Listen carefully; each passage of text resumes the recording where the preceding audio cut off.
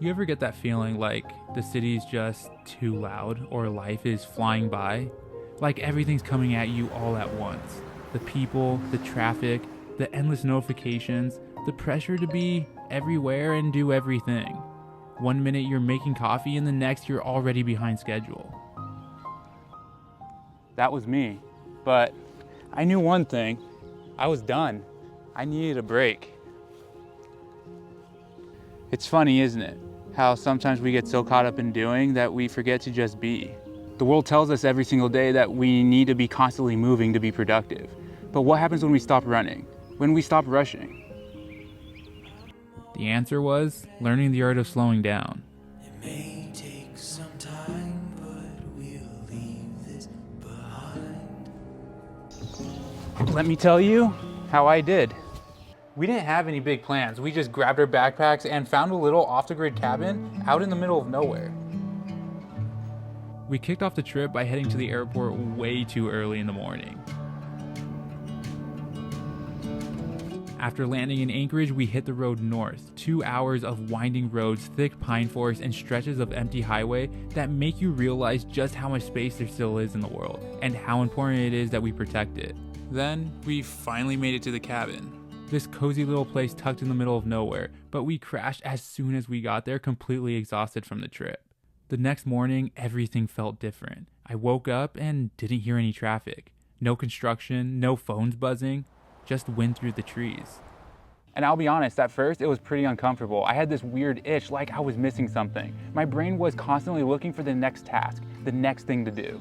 We got some much needed coffee and just existed for a bit. No rush, no plan, just being where we were. One of the things that we wanted to do while we were up there was this hike to where the Talkeetna and the Talkeetna rivers meet. When I say it out loud, it doesn't sound like much, just two rivers. But man, it was something else. The trail was so peaceful. And all your thoughtless thoughts, I know they seem relentless. Then we got to the spot. The moment where those two rivers come together, it hit me. Just this beautiful collision of water and movement. A perfect moment that I knew would stick with me for a long time. But what was really strange is that even when I was standing next to the clashing of these rivers, there was still a stillness and a peace to the moment. We're so conditioned to move fast, to work hard, to be productive all the time. And don't get me wrong, there's definitely value in that. But there's also value in slowing down, in giving yourself permission to just rest, to walk without purpose, to pause without guilt, to look at the sky without needing to check the time. But the story, it didn't end there. After a few days, we hit the road again, this time heading south. This wasn't just any road trip though. I was going home.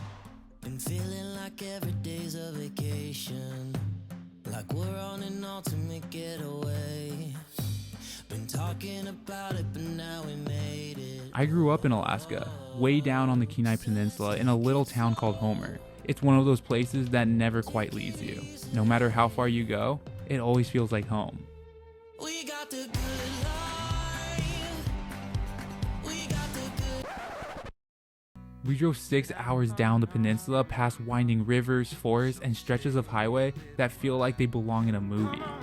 By the time we hit Homer, it felt like I was stepping into an old memory. Sometimes the best things are the ones that cost nothing at all. So while we were there, we did some of those.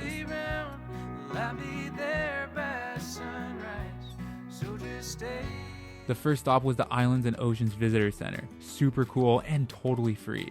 It's all about local wildlife and how everything connects. The birds, the ocean, the land, the mammals, the fish.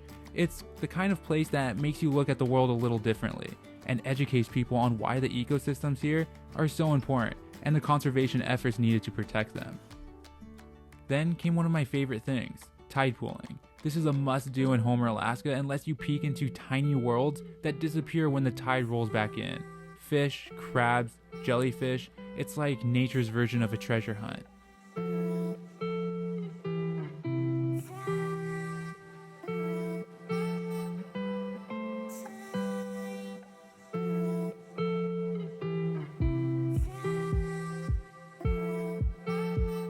We ended the day at the Homer Spit, this narrow strip of land that juts way out into the water. It's literally the end of the road.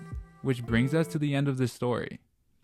The trip, it didn't fix everything. It didn't magically erase all the noise waiting for me back home. But I think the real art of slowing down is just learning how to be present. How to give your full attention to this very moment, even if it doesn't seem like anything special. It's okay to just sit and watch the world go by at times.